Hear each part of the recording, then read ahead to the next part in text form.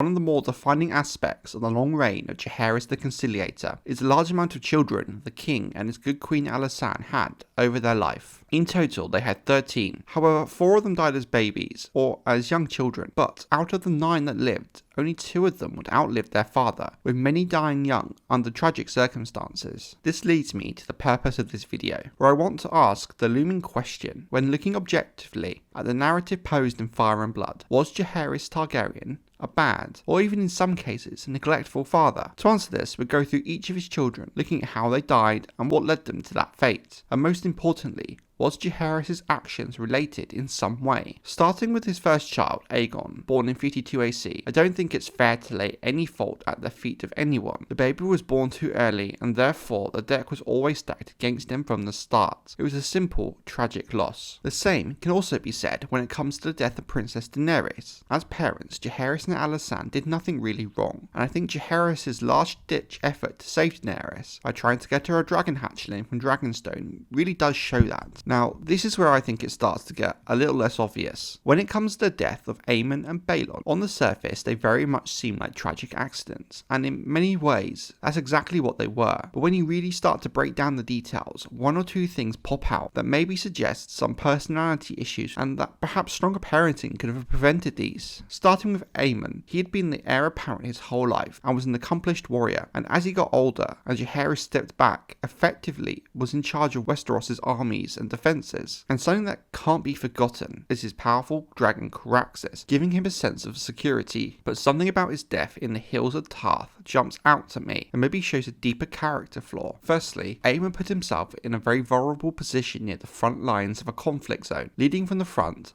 rather than the back like most leaders would do. You also had to consider the way he was walking about the camp in the middle of a war zone so freely when he was hit in the neck and killed. And finally, the way he didn't think about the dragonfire, giving their position away. When you put all this together, it maybe shows he was quite overconfident. As a result, didn't give threats the respect they deserved. Now you can blame this sense of overconfidence on Jaehaerys and Alysanne, but that is a bit of a stretch, and I think it is fair to say that this attitude comes as part of being heir apparent to a king and being a naturally gifted warrior from a young age. Could Jaehaerys have installed more humility in his son? Sure, but on the whole he did very little wrong when it came to Aemon. But perhaps different choices during Aemon's childhood wouldn't have led to this personality trait. Balon was very similar to his elder brother in many ways and followed the same path in life as Aemon, matching him in a lot of regards. However, there is one big difference when it comes to Balon the Brave. He was never meant to be heir, and when he did become heir at the age of 35, he never grew up with the expectation of being king, and all that comes with it. This allowed him to grow into a more rounded person than his elder brother. But that does not mean Balon didn't have a fiery streak. Blinded by the grief at the loss of his brother, Balon made some very rash choices when he chose to personally retake Tarth and seek vengeance for his brother's death. If the text is to be believed, Balon fought on the front lines, while driving back his brother's killers into the sea from whence they came. The thing is, on the whole, he was a more balanced man, and his death was an unfortunate circumstance, where blame cannot really put on anyone. Balon's death is surrounded in a bit of mystery. It's clear he had some kind of stomach problem. A lot of theories suggested he had a burst appendix. It's something I want to look at in the future, but I don't really think it's fair to blame this on anyone. When it comes to Balon's wife and sister Alyssa, I could argue we see some good acts of parenting from both Jaehaerys and Alysanne. It was clear from a young age that Balon and Alyssa were meant to be together. Alysanne saw this as Jaehaerys took his good queen's advice and allowed the match between them, rather than Alyssa marry Aemon, the elder brother. He made a choice in terms of the marriage that suited the happiness of his children, rather than doing what simply needed to be done. What is interesting with this is it's a stark contrast to what happens later in life with the disaster that was Alysanne's matchmaking for Daela Targaryen. Moreover, Alyssa's death during childbirth was again a tragic accident that could not have been helped. Maegella is another case where neither Jaehaerys or Alysanne did much wrong. In fact, they probably did the best thing they could for their daughter,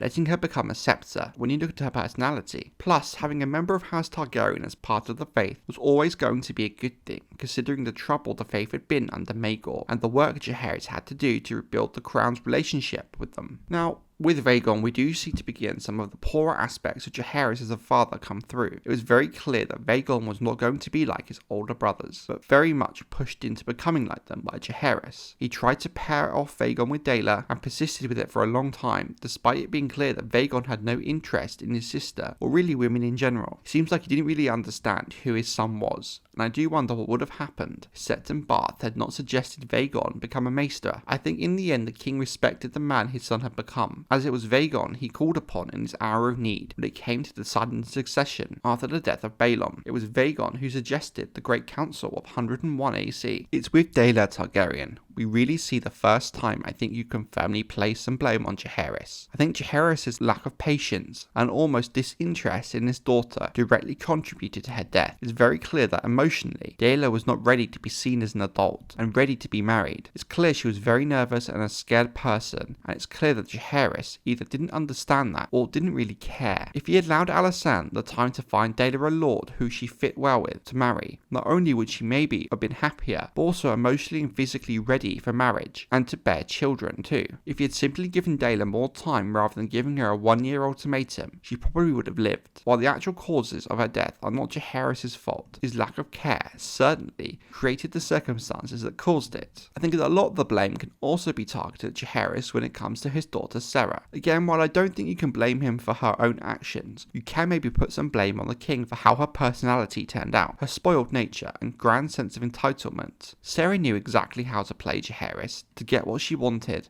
when she wanted. She was very much a daddy's girl. She had a very twisted view of what it meant to be a princess of House Targaryen, and this is an aspect both of her parents should have dealt with when she was a child. What I find so interesting is Alysanne did try and push things in the correct direction and warn Jaehaerys of the way he treated Sarah, but clearly it fell on deaf ears. Sarah did very much cause her own fate. She brought much shame on House Targaryen through her actions with her friends, and trying to steal a dragon really did cross the line there was no coming back from. I think Jaehaerys' punishment of Sarah was fair in some respects, sending her to the Faith in Old Town in the hope they would dampen these wild aspects of her and give her a sense of humility. But Sarah chose to run away across the narrow sea, and to become the woman she became was a choice that she made, one she made knowing it would mean she never saw her family again. Alysanne took this hard, and I think her begging Jaehaerys to let Sarah come home is understandable, but I do think the way the king enforced this could have been handled with a little bit more tact. So again, while Jaehaerys was not directly to blame for Sarah's fate, as it was her own choices that led her there, his treatment and parenting of her as a child really, again, sets up her downfall. Some may argue that her punishment was very harsh, but at the end of the day, her actions with her friends and trying to steal a dragon directly undermined the authority of House Targaryen, and after all the loss the king had faced as a child, his actions do start to make more sense. Viserys Targaryen took after her sister in a lot of ways, but the key difference is her parents seem to have a little bit more of a grip on her as a young child, meaning she had far fewer character flaws that were present in her sister. However, I think this is very much a case where Alysanne was the poorer parent rather than the king. Alysanne was a big matchmaker. She loved to pair people up. I think this was actually a big problem in a lot of cases, such as that of Daela. She paired Viserys with basically an old man in a place far from home. It was clear that Viserys did not want this to happen, and I think, given time, a better match probably could have been found for her, but this match was pushed through despite all of this. When Viserys snuck out of the castle for one night in the wine sinks of King's Landing, only to die falling from her horse in a drunken state, I'd argue the forcing of the marriage through was the key reason for this, and I think Alysanne knew this and felt like this too, hence how badly she reacted. The death of Gaemond and Balerion are not really anyone's fault, and the death of Gale was very tragic, but in my opinion, not really the fault of Jaehaerys or Alysanne. Maybe a case for them taking their eye off the ball with Gale, maybe their old age being a factor, but again, they didn't really do too much wrong. So, was Jaehaerys a bad father? While he made some awful mistakes that led to some very tragic events, nothing he directly did caused the deaths or downfalls of his children. But what I would say is some of his approach to parenting did lay the groundwork that led to the deaths and tragedies that would follow. I think it's up to the individual reader to come to their own opinion as to Jaehaerys being a bad father. It is very borderline, and cases can be made on both sides. There are two things I want to point out and close with. I think Alysanne's obsession with matchmaking matchmaking needs to be brought into question. In a way, her determination to do this directly caused the death of Visera and was partly a factor in Daelerys' death too. Finally, one thing I think you do notice is there is definitely a big contrast in how Jaehaerys treated his older children when compared to his younger. He seems to have been much more involved in the lives of Aemon,